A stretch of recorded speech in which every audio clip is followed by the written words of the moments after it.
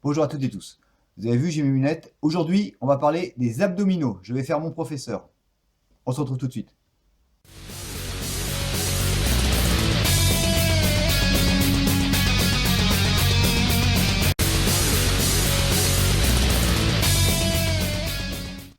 Donc je vous le disais, aujourd'hui on parle abdominaux. Je fais cette vidéo en direct très régulièrement lors de mes cours avec mes clients ou en présentiel. On va essayer de faire quelque chose de très structuré. Je vais commencer par expliquer ce que sont les abdominaux, donc la ceinture abdominale, après l'utilité des différents muscles qui la constituent. Ensuite, je viendrai vous parler d'un exercice en particulier qui me paraît être adaptable à tout le monde, ce qui n'est pas le cas de tous les exercices d'abdominaux. Je répondrai aux questions qui m'ont été le plus souvent posées. Et enfin, je vous proposerai un circuit assez intense qui vous permettra de travailler les différents muscles de la sangle abdominale. On voit ça tout de suite. Alors, on parle tout d'abord souvent des abdominaux. Et pourquoi? Parce qu'il ne s'agit pas d'un muscle, mais bel et bien de 4 groupes musculaires. On va voir qu'en fait, 2 des groupes musculaires sont divisés, puisqu'il y a un muscle à gauche, un muscle à droite. Donc, on va commencer par les muscles profonds, qui sont au nombre de 2. Nous avons tout d'abord le transverse. Ça, c'est le muscle qui nous sert réellement de ceinture autour du buste. Ensuite, il y a l'oblique, qu'on appelle le petit oblique, l'oblique interne. Donc, comme son nom l'indique, qui est plus petit. Muscles profonds également. Ces muscles sont recouverts par les muscles superficiels. Attention, superficiel ne veut pas dire qu'ils sont inutiles. Il s'agit de dire qu'ils sont au-dessus des muscles internes et sous la peau. Donc, il y a le grand droit, les tablettes de chocolat, le muscle qui est en fait visible, c'est pour ça qu'il est superficiel, c'est parce qu'il est juste sous la peau, et donc on le voit, visiblement, s'il est bien travaillé, si on a un taux de masse grasse suffisamment bas, on le voit. Également, le grand oblique, qui passera par-dessus donc les petits obliques. Nous allons commencer par le transverse. Donc le transverse, c'est un muscle vraiment très volumineux, qui ne va pas se voir, même si on le travaille énormément. Par contre, qui a une importance fondamentale, et ce, à plusieurs niveaux. Tout d'abord, c'est le muscle qui va permettre de maintenir les organes dans le ventre, tout simplement. C'est-à-dire que si ce muscle est trop relâché, les organes vont avoir tendance, si on mange trop, à être poussés sur l'extérieur, si on a une position assise tout le temps. Et à partir du moment où ce muscle transverse, donc un muscle qui est profond, qui est censé vraiment être à l'intérieur, se dilate, eh bien ça va favoriser la sortie des organes. Donc c'est ce qu'on appelle en fait avoir du ventre, tout simplement. Au fur et à mesure, plus le phénomène va être net, plus les organes vont, plus le ventre va être proéminent, plus la pesanteur va venir jouer, et plus l'impression de grossissement du ventre va augmenter. Et au bout d'un moment, ce sera plus une impression, ce sera un gros ventre. Donc le transverse, 2 utilités vraiment prioritaires: maintien et protection des organes, et également stabilisation de la position sur tous les plans. Je vous mettrai en description, ou sur le petit ici, la vidéo qui parle des différents plans sur lesquels on est amené à travailler. Plan latéral, plan sagittal, etc. Maintenant, on va passer sur un muscle plus superficiel, le grand droit. C'est celui qu'on connaît sous le nom de tablette de chocolat. C'est comme ça qu'on le vulgarise. Donc c'est le muscle en fait que tout le monde veut travailler pour que justement on voit la sangle abdominale, la tablette de chocolat. Donc ce muscle-là, il a une fonction principale qui est la flexion du tronc sur l'avant. Par la contraction, il va amener et permettre une flexion du tronc sur l'avant. Il sera l'antagoniste en fait des muscles lombaires qui eux permettront une flexion vers l'arrière en contraction des lombaires. Donc vous voyez, les lombaires nous permettent de fléchir le tronc sur l'arrière, le grand droit de ramener notre position sur l'avant et donc d'assurer un maintien et une stabilisation de la position. Maintenant, on va passer aux obliques. Si les deux premiers muscles cités, à savoir le transverse et le grand droit, sont d'une seule pièce, donc ce sont des muscles volumineux, mais d'une seule pièce, les obliques, à contrario, se situent à gauche et à droite du corps. Et on va différencier le petit oblique, qui est un muscle interne, qui va nous permettre, donc qui se situe ici, qui va nous permettre une flexion latérale. C'est le muscle en fait qu'on travaille à partir du moment où on travaille avec une haltère, ici sur des positions pour redresser le buste et d'inclinaison latérale. Enfin, quatrième muscle, donc avec un S, puisqu'on a l'oblique gauche et droit, le grand oblique, le muscle superficiel qui va être sous la peau. Celui-ci a un rôle sensiblement identique au petit oblique, mais comme de par son volume, de par sa puissance, il a un rôle plus important. Il ne va pas se contenter simplement de travailler sur les flexions latérales, il va nous permettre aussi d'avoir des flexions en rotation, que l'on retrouve par exemple sur des mouvements de twist, sur des crunch twistés, ou sur tous ces mouvements-là. Donc c'est le muscle qui va nous permettre aussi de nous redresser, toujours en association avec les autres. Donc je rappelle, on fait simple. Le transverse nous permet de maintenir les organes, de protéger les organes, et également de stabiliser notre position. Le grand droit par-dessus, les tablettes de chocolat nous permettent, c'est le muscle fléchisseur du tronc sur l'avant, qui sera l'antagoniste donc des lombaires. Et ensuite, au niveau latéral, nous avons les obliques. Alors le petit oblique qui est interne, qui va permettre les flexions latérales, sans réellement de rotation sur l'avant, parce que c'est un muscle qui est petit. Et le grand oblique qui est un muscle superficiel qui vient par-dessus le petit, qui va nous permettre des torsions un peu plus importantes, y compris sur des angles vers l'avant. Avant de passer aux questions, je vais vous parler des muscles connexes aux muscles abdominaux. On a déjà parlé des lombaires. Les muscles qui se trouvent ici, au niveau du bas du dos. Donc muscles lombaires qui sont, comme je le disais tout à l'heure, antagonistes au grand droit, qui permettent réellement d'avoir une position stable. Si vous travaillez trop dans les bureaux, vous avez tendance à avoir les épaules qui tombent, à être un petit peu rentrées sur l'avant, le ventre qui va souvent sortir. Là, c'est un manque total de renforcement de la sangle abdominale, donc il faudra vraiment repasser par tout le renforcement des différents muscles de la sangle abdominale, mais également le renfort des lombaires qui permettra de redresser la position. Voilà pourquoi il est indispensable de travailler à la fois la sangle abdominale, mais également les lombaires. Autre muscle qui me paraît important à noter, notamment parce qu'il réduit énormément l'efficacité de certains exercices, on verra ça tout à l'heure, c'est le psoas. Donc un muscle qui est fléchisseur des hanches. Donc, quand par exemple je ramène ici ma jambe sur mon buste, bien souvent, si les abdos ont un rôle important sur le fait de ramener la position, le psoas qui va se situer ici, plus en bas, me permet aussi de monter la jambe. C'est ce qu'on appelle un muscle fléchisseur de hanche. Donc ça, c'est un muscle qui travaille quasiment systématiquement, sauf au niveau du gainage, dans les différents exercices d'abdominaux. Maintenant, on va passer aux réponses que l'on m'a envoyées, alors que j'ai noté sur des petits bouts de papier pour pas en oublier, que je vais prendre un peu tel que je les ai reçus. Ensuite, dans une troisième partie, je vous parlerai de l'exercice qui, à mon avis, s'adapte à tout le monde, qui est idéal quand on reprend le sport, quand on a un problème de surpoids, quand on a du ventre, parce que avant de penser à avoir un tablette de chocolat, il va falloir penser à ramener les organes à l'intérieur du corps. Donc travaillez le... Vous mettez pause et vous mettez la réponse en barre de commentaires. Le transverse, ouais. Je savais que vous l'aviez la réponse. Donc travaillez le transverse pour ramener les organes à l'intérieur du corps. Je vous expliquerai après quel type d'exercice utiliser pour réussir cette prouesse, parce qu'en fonction forcément de l'avancée du ventre, ça sera beaucoup plus compliqué. Et ensuite, je vous présenterai un circuit training qui regroupera un certain nombre d'exercices, mais qui vous permettra d'avoir une vraie sensation musculaire de la sangle abdominale et en même temps un côté très utile, très utilitaire. Je refuse mon mot. Donc, on va essayer de joindre le côté sensation de brûlure de la sangle abdominale, parce que sur certains exercices, notamment ce que nous on faisait il y a 30 ans, donc des séries de crunch, les relevés de buste.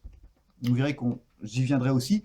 Donc ces relevés de buste là, comme la sangle abdominale est assez endurante, il faut faire un nombre incroyable de crunch avant de réussir en fait à ressentir quelque chose. Vous allez voir, je vais vous montrer quelques exercices qui sont radicaux, qui vont vous permettre de ressentir tout de suite la brûlure, qui auront un effet efficace sur le renforcement de la sangle abdominale, qui vous permettront ainsi de corriger votre position. N'oublions pas que c'est quand même la priorité des abdominaux, hein, c'est pas la tablette de chocolat pour l'été, même si c'est pas forcément désagréable. Et donc on va voir tout ça en fin de vidéo. Maintenant on passe aux questions. Donc la première question qu'on m'a posée, c'est pourquoi ne voit-on pas mes abdos? Alors à ça, j'ai envie de dire, il y a deux réponses, une prioritaire. On va commencer par la deuxième, qui est un petit peu connexe. C'est tout simplement parce qu'il faut entraîner ses abdominaux de façon à sculpter son grand droit, de façon à faire ressortir les tablettes. Alors après, vous verrez que les muscles ne sont pas forcément symétriques entre la gauche et la droite, et qu'on peut avoir des fois des tablettes, des abdominaux qui sont légèrement en décalage les uns par rapport aux autres. Ça, c'est la nature qui est comme ça, hein. Rien n'est parfait dans la nature. Même si, chez l'homme, en tout cas, rien n'est parfait. Donc ça, c'est la première chose. Les abdominaux, pour qu'ils se voient, il va falloir les entraîner. Mais surtout, la première raison, c'est qu'il faut simplement avoir un indice de masse grasse suffisamment bas. Alors d'après les études, on considère, si je ne me trompe pas, qu'il faut avoir un indice de masse grasse aux alentours de 12. Donc ce qui est à peu près le minimum pour un homme, sauf sèche, sauf conditions particulières ou entre guillemets extrêmes. Donc 12, c'est un niveau de masse grasse bas. Et à partir de là, on peut commencer à avoir les abdominaux, sous réserve qu'ils soient entraînés, évidemment. Au-delà, on ne les verra pas parce que la graisse, en fait, viendra, on ne va pas rentrer dans le détail de la graisse intestinale ou de la graisse simplement qui vient se stocker, en fait, au niveau du ventre. Non, on reste que sur de la graisse externe. Et bien, tout simplement, elle va venir épaissir la couche du derme, de la peau, et donc, du coup, forcément, ça va cacher les abdominaux. Donc, tout simplement, je veux qu'on voit ma sangle abdominale. Ok. Premièrement, je fais attention à mon alimentation. Je réduis mon taux de masse grasse, sinon j'y arriverai pas. Donc, pour ça, vous voyez dans mes séances, systématiquement ou quasi systématiquement, je fais travailler en haute intensité, même sur des séries courtes, juste pour relancer le métabolisme avant de partir sur un spécifique ou de terminer par des abdominaux, par des exercices abdominaux. Donc les entraîner. Alors les abdos, on peut les entraîner très régulièrement, il n'y a aucun souci, on peut les faire presque tous les jours. Ça ne demande pas un échauffement particulier, je dis c'est des muscles endurants, il n'y a pas une amplitude maximale sur le travail des abdominaux, on n'est pas obligé de passer 5 minutes à s'échauffer, on peut faire des abdominaux. Alors je privilégierais dans ce cas-là commencer par des planches avant de faire des torsions, etc. Pas forcément pour préserver les abdos, plus pour préserver la colonne vertébrale. Donc doucement. Et le point principal, l'alimentation. Il faut absolument manger équilibré. Donc je vous rappelle, privilégier fruits, légumes, éviter tout ce qui va être sucrerie, qui se transformera en gras. C'est pas parce que je mange des graisses, il en faut des graisses, il faut manger des lipides, que je vais prendre plus de gras que si je mange beaucoup de sucre. Et non, buvez 1,5 litre de coca, ce sera bien pire que si vous mangez un petit peu de beurre ou un petit peu de margarine à votre repas. Okay. Deuxième question, ça c'est une question qu'on nous pose très souvent et que moi-même j'ai voulu apporter, en tant qu'éducateur sportif et professeur d'arts martiaux, j'ai voulu très longtemps essayer d'apporter des exercices pour répondre à cette question. C'est peut-on muscler une zone de la sangle abdominale en particulier? Vous verrez sur internet, vous voyez des tas d'exercices. Ciblez le haut des abdos, ciblez le bas des abdos, ciblez le... On va cibler... on va avoir un ressenti sur une zone en particulier, mais aucun exercice d'abdominaux ne va isoler la partie basse des abdominaux, la partie centrale ou la partie haute des abdominaux. Ça, c'est de la connerie. Quand je travaille, ma ceinture abdominale va être sollicitée en intégralité. D'accord? Ça, c'est super important déjà de se le mettre en tête. Après, certains exercices vont un petit peu plus entraîner la partie basse ou la partie haute. Là, je ne parle pas de haut, moyen, bas. Je parlais éventuellement de bas et de haut de la sangle abdominale. Mais dans la majorité des exercices, dans dans tous les exercices, on va travailler l'intégralité de la sangle abdominale et des muscles que nous avons vus tout à l'heure. Faites des abdos, mangez bien, entraînez-vous sérieusement. La majeure partie des exercices de musculation polyarticulaire sollicitent la sangle abdominale. Quand vous marchez dans la rue, vous sollicitez votre sangle abdominale, l'intégralité de la sangle abdominale. Parce que les abdominaux ne sont pas faits pour être travaillés séparément.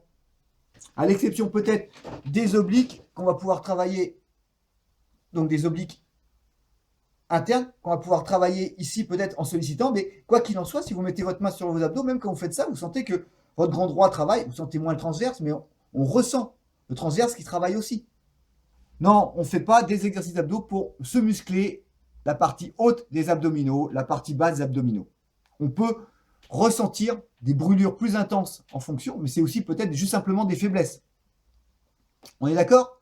On se muscle les abdominaux pour sa santé et sa position corporelle, pas pour avoir une tablette plus dessinée en haut, plus dessinée en bas, plus dessinée au milieu. Si vous dessinez plus le haut, il y a de fortes chances que le milieu soit dessiné un peu plus, et effectivement que le bas soit aussi dessiné. Ok, c'est un travail d'ensemble. Alors j'ai aussi une question, à quoi servent les abdos? Bon bah ça on l'a déjà vu, hein, ça sert à tout en fait, ça sert à avoir j'ai envie de dire, une position correcte dans la vie de tous les jours.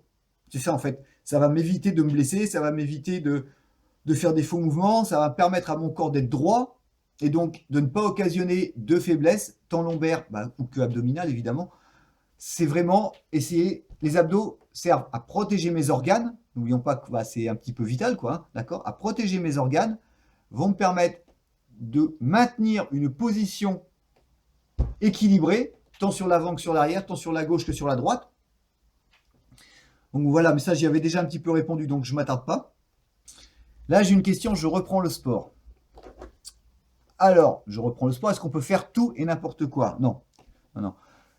Le type d'exercice, et je parle bien d'une famille d'exercices, qui à mon avis est le plus judicieux quand on reprend le sport, que l'on soit en surpoids, que l'on soit plus âgé, que l'on soit trop jeune, enfin qu'on soit jeune, quelqu'un ne reprend pas le sport, on prend le sport et on a besoin d'un travail un peu plus de renforcement musculaire un peu plus intense, c'est tout simplement le gainage, donc le travail des différentes planches, que ce soit une planche faciale sur les mains, sur les avant-bras, que ce soit les planches latérales qui renforceront là beaucoup plus les obliques.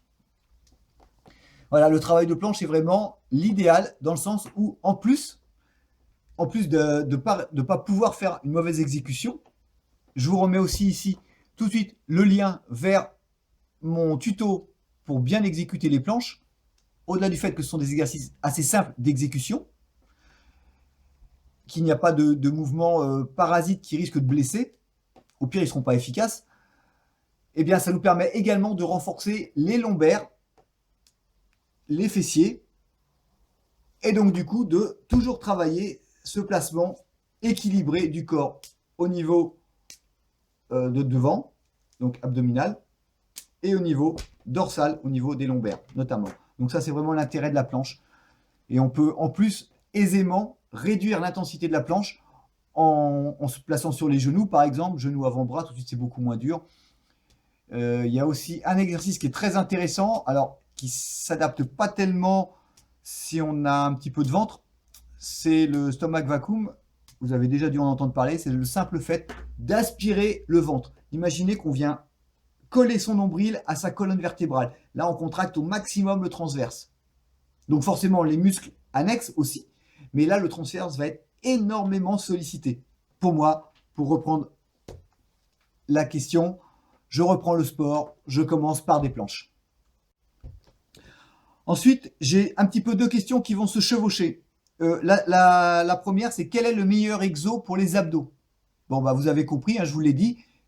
Pour moi, le meilleur exercice, celui qui ne... J'entends bien, pas pour une population de sportifs de haut niveau, ou pour les gens lambda, pour un maximum de personnes, tout ce qui va être travail de gainage va être l'idéal. Sachant que nos abdominaux, si on prend l'habitude, sont sollicités dans à peu près tous les exercices du quotidien. Que je ramasse quelque chose, à partir du moment où je fléchis bien mes jambes, que je fasse du squat, que je fasse des pompes, si on est sur un mouvement un peu plus musculation.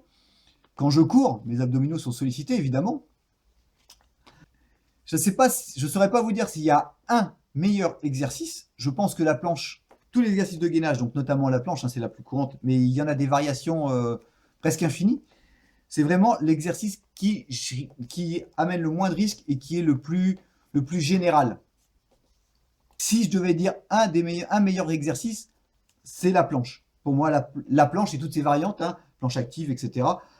Planche latérale pour les obliques, voilà. Enfin, toute la famille des planches, pour moi, c'est vraiment les exercices qu'il faut intégrer dans toutes ces routines abdominales. Et j'en viens directement avec l'exercice qui était l'exercice phare il y a 30 ans, peut-être même encore 20 ans. Hein. Moi, ça fait un moment déjà que je ne recommande plus systématiquement le crunch. Bon, on en vient à le crunch, le relevé de buste. D'accord, je suis assis, je me relève. Voilà. Donc, ça, c'est un exercice qui, alors, a une efficacité très modérée, parce que effectivement, il faut faire des séries très longues pour vraiment ressentir quelque chose. Alors, pourquoi? C'est très simple, je vous l'ai expliqué tout à l'heure, parce qu'il fait intervenir d'autres muscles, notamment les psoas, donc les muscles fléchisseurs de hanche. Et oui, mes jambes sont fléchies, quand je cherche à relever mon bassin, mes muscles fléchisseurs au niveau de la hanche vont être sollicités aussi. Qui dit psoas dit aussi les quadriceps, en fonction, hein, si vous placez vos pieds sous quelque chose pour avoir soi-disant une meilleure sensation, en fait là vos cuisses vont aussi entrer en action. Donc plus de muscles interviennent dans un mouvement, à moins vous risquez d'isoler ce que vous souhaitiez faire initialement. Ok, hein, il y a les cuisses, les muscles fléchisseurs des hanches et les abdos. Voilà, si vous enlevez les deux premiers, ouais, c'est mal géré ça. Si vous enlevez les deux premiers, forcément, l'exercice sera plus intense. Donc, on a des exercices effectivement qui permettent de solliciter beaucoup plus la sangle abdominale sans faire appel de trop, ni au psoas, encore qu'il est souvent sollicité, mais surtout pas aux cuisses. Les risques du crunch maintenant, parce que là, on parlait en fait d'efficacité dans l'exercice. Le petit côté positif quand même, à mon avis, des relevés de buste, c'est que ça nous permet quand même de bien épaissir, d'avoir une sangle forte. Mais d'autres exercices peuvent avoir ces mêmes effets bénéfiques. Ceci étant, cet exercice, surtout s'il est exécuté rapidement, ce qui se faisait beaucoup, hein, moi je faisais beaucoup de crunch avec des coups de poing en retour et on faisait des blocages, enfin bon, avec toutes sortes de petites dérives adaptées aux arts martiaux. Donc le risque du crunch, en fait, c'est tout simplement des pincements au niveau des disques intervertébraux. Je vais vous faire un croquis très très vite, c'était pas prévu, donc je le fais à l'arrache. Voilà. Ici, on a, je ne sais pas si vous voyez, nous avons les vertèbres. Ok, au milieu, le disque intervertébral. À partir du moment où je vais relever mon buste, donc plus je vais être dynamique dans mon mouvement, plus je génère de risques. Vous voyez bien que si je commence, ici, parce que vous voyez, voilà, si je ramène mon buste sur l'avant, je risque de pincer ici un petit peu le disque intervertébral et surtout le disque sous la pression exercée entre ces deux vertèbres et par tout le corps et notamment la sangle abdominale du coup qui va nous permettre cette flexion, eh bien le disque risque d'être poussé sur l'arrière. Vous voyez, prenez un ballon de baudruche, quand vous appuyez sur l'avant, l'air part sur l'arrière. Et bien là, c'est exactement le même principe. Donc là, je reste quelques secondes dessus pour vous expliquer le pourquoi du comment. Et donc du coup, quand le disque est sorti, qu'est-ce que ça fait? Ça fait une hernie. C'est ce qu'on appelle les hernies discales. Et alors là, ouais, c'est pas bon, hein, la hernie discale, c'est compliqué. Hein. Certaines sont opérées, certaines sont opérables, certaines ne sont même pas opérables. Et puis c'est forcément des soucis à long terme. Hein. Sachant que ça ne peut pas arriver dans l'autre sens. Hein, ici, on a des petites épines dorsales qui sont ici, qui empêchent en fait justement la flexion ou faire l'arrière. Sauf pour les personnes qui sont danseuses, qui sont gymnastes, les personnes qui sont aussi dans les cirques, qui travaillent énormément leur souplesse, et là, dès le plus jeune âge. Donc du coup, en fait, ça réduit la formation de ces épines dorsales. Hein, d'accord. Mais sur l'avant, le risque, c'est réellement un pincement du disque intervertébral. Et donc, comme je vous disais, plus le mouvement est brutal, bien, voyez, plus potentiellement le disque risque de sortir. Et si le retour est aussi brutal, je pince.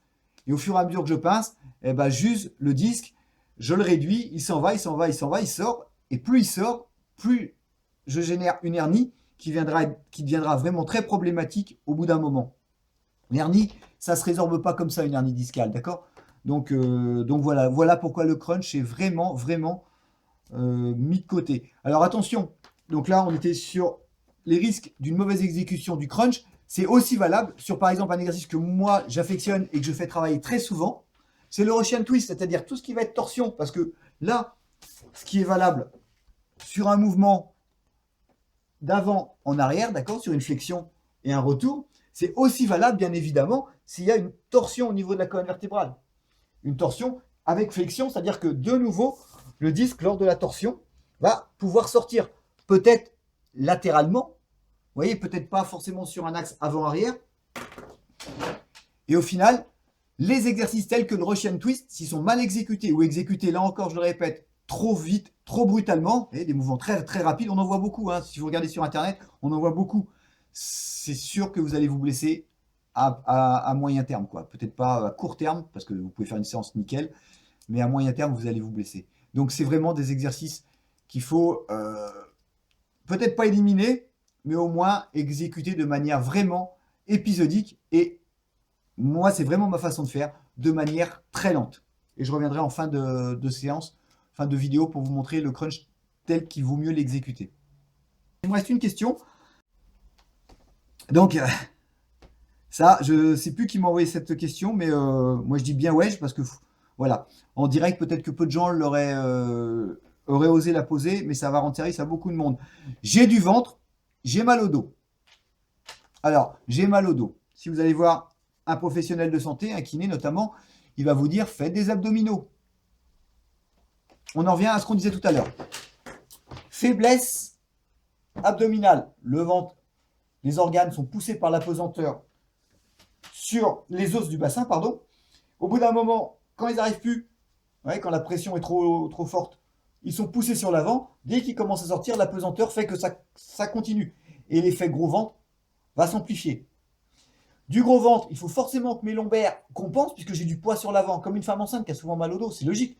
Elle a du poids sur l'avant. On n'est pas fait pour ça, on est fait pour être droit. Donc, hop, mon ventre sort.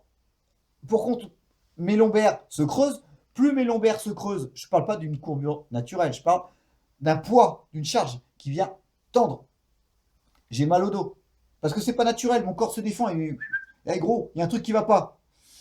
Donc, il va falloir que je récupère cette tonicité abdominale. Donc, on renforce le transverse pour ramener les organes le plus possible sur l'intérieur. Je renforce, grâce à du gainage, mes obliques. Je renforce mon grand droit et progressivement, je ramène. D'accord? Un mal de dos, la plupart du temps, un kiné ou un professionnel de santé ou un coach qui est sincère ne vous dira pas ah bah on va te masser le dos, ça ira mieux. Non, ça ira pas mieux parce qu'en fait, votre souci, il est devant. Il n'est pas derrière, contrairement à ce qu'on croit. La douleur est derrière, mais le souci, il est devant. Okay. Donc on maigrit un peu, on remuscle, on retonifie les abdos. D'ailleurs, si jeune, vous êtes allé voir un kiné pour des problèmes de dos, bien souvent, il vous a donné des exercices d'abdominaux à faire, notamment beaucoup d'exercices de planche. Donc ça, c'est vraiment important à comprendre. J'ai du ventre. Là, c'était j'ai du ventre. En dessous, j'avais marqué j'ai mal au dos. En fait, j'ai du ventre, donc quasiment obligatoirement, j'ai mal au dos. Attention, on peut avoir mal au dos sans avoir du ventre, hein, bien sûr. Et avoir du ventre n'est pas une fatalité. On peut y remédier. Ça va bientôt être le début d'année, donc là, faut y aller. Donc maintenant, on va voir juste l'exercice qui peut être fait par tout le monde. Pas de conditions physiques, dans n'importe quelle position. Et ça, c'est quand même assez top.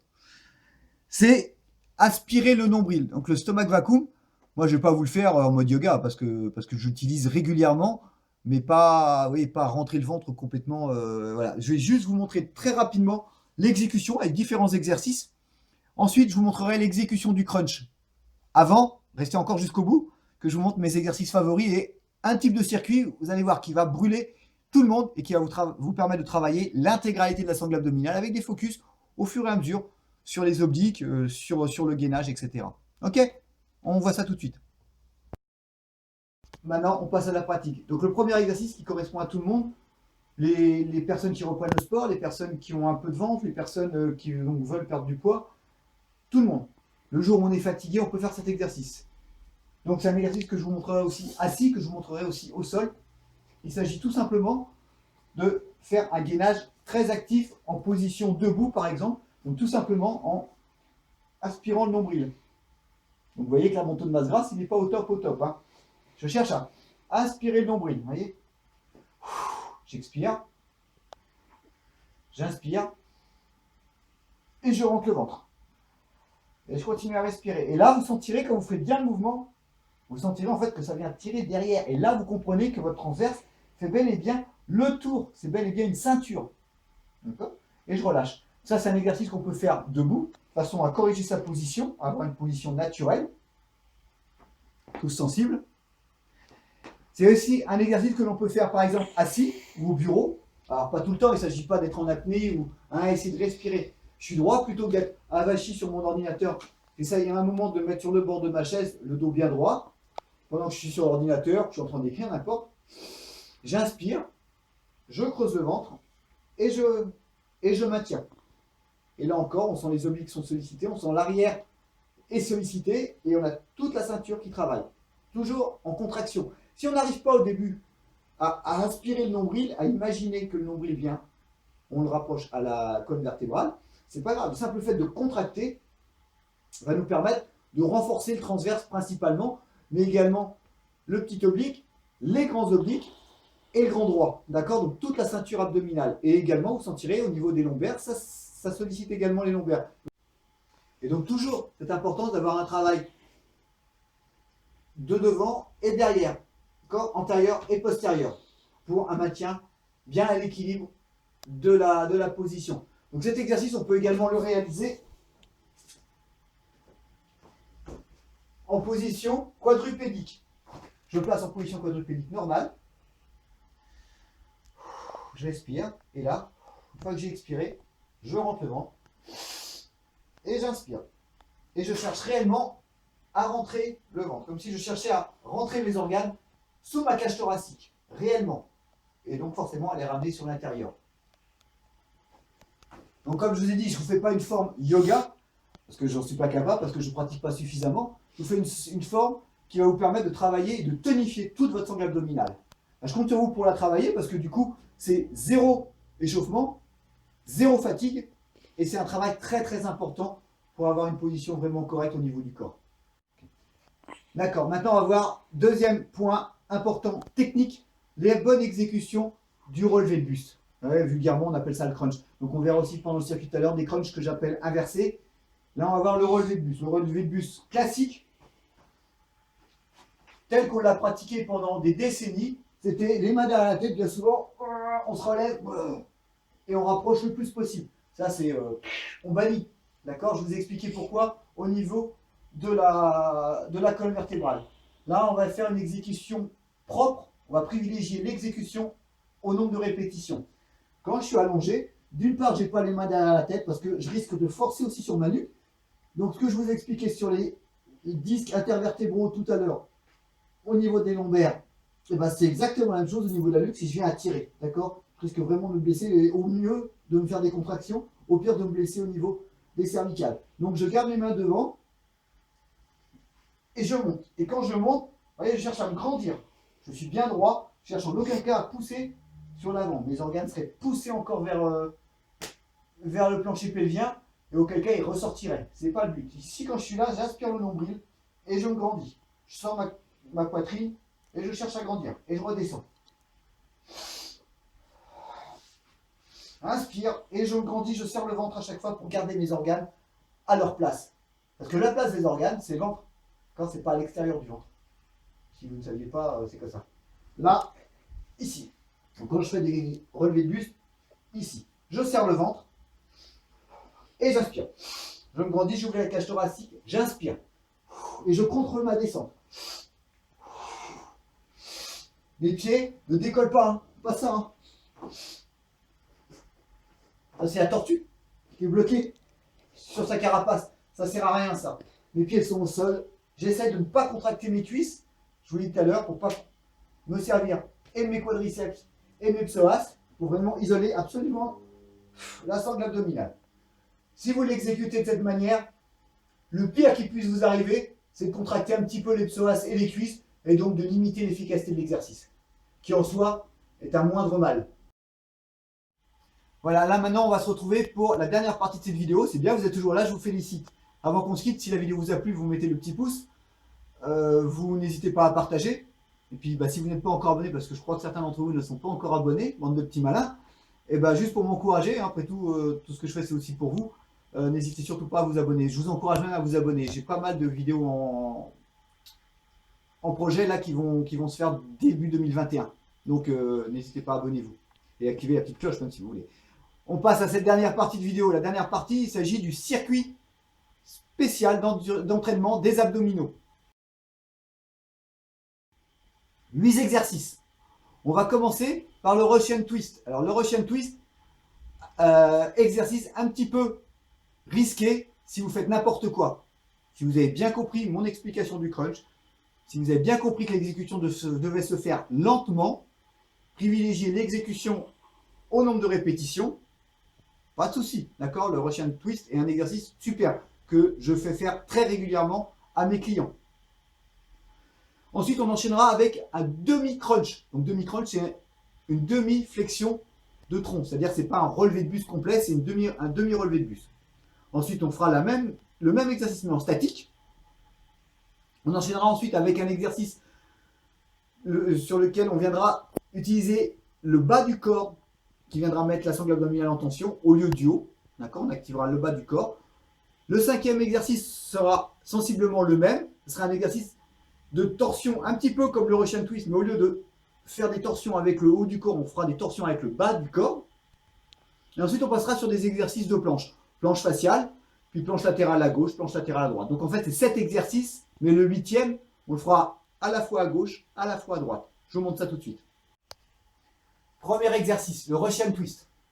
Deux possibilités. Si vous êtes sportif aguerri, le dos est plat, les jambes sont décollées, je serre le ventre, toujours mouvement en contraction et je viens aller chercher bien loin avec mes mains. D'accord? Il n'est pas question de faire des mouvements rapides, pensez à votre colonne vertébrale. Si vous reprenez le sport, si vous êtes un petit peu moins fort sur les abdominaux, vous posez les pieds au sol et on fait le même exercice. Attention de ne pas arrondir le dos. Hein, ça... Donc on continue, les pieds au sol. Ici, toujours pareil, je pense. Plus mon inclinaison va être grande, forcément, plus je vais travailler à partir du moment où je suis suffisamment fort pour ne pas m'avachir et arrondir mon dos. Voilà, ici, je contrôle mon mouvement, je viens bien en extension tout en serrant le ventre. Deuxième exercice du circuit. On va le faire en dynamique pour enchaîner avec le troisième en statique. Donc vous allez voir, ça va brûler juste ce qu'il faut. Je suis allongé sur le dos, je décolle mes bras, et là simplement, par la contraction abdominale, attention, pas par le lancement de mes bras, la contraction abdominale, je viens toucher mes genoux. Mon regard est porté loin devant, pas vers le ciel, pas vers mes genoux, d'accord? Le moins de tension possible au niveau de la nuque. Ici. Quand je décolle, je viens bien décoller mes épaules jusqu'à mes omoplates. Uniquement par une contraction abdominale. Ok. Troisième exercice, le même, mais en position statique. Toujours mes bras et je reste. Voilà. Je décolle toujours mes épaules, je décolle mes omoplates, je serre fort le ventre et je reste en position. Okay. Pareil, je ne tire pas sur ma nuque, je regarde naturellement le ciel. J'essaie d'avoir la nuque dans le prolongement de ma colonne vertébrale. Ici. Et je reste en statique. Vous allez voir, ça chauffe très très vite. On passe déjà au quatrième exercice. Vous voyez, sur 8, enfin sur 7 et demi. C'est ce que moi j'appelle le demi-dragon flag. Alors vous allez voir, c'est en fait un exercice qui va faire appel au battement de jambes. Toujours pareil, on pense à contrôler le battement de jambes. On privilégie la qualité à la quantité. Ça doit faire au moins 20 fois que je le dis, donc je pense que vous avez intégré. Ici, je lève les jambes, je décolle mon bassin, autant que faire se peut, je décolle les épaules, et là je vais descendre une jambe, toujours en aspirant le nombril. Je vais descendre une jambe lentement, revenir, inspirer pendant la montée. Et je reviens toujours à 90 degrés. Et je garde toujours mon bassin décollé. Vous allez voir, en fait, le simple fait de décoller le bassin, ça permet de contracter la sangle abdominale et du coup d'intensifier l'exercice.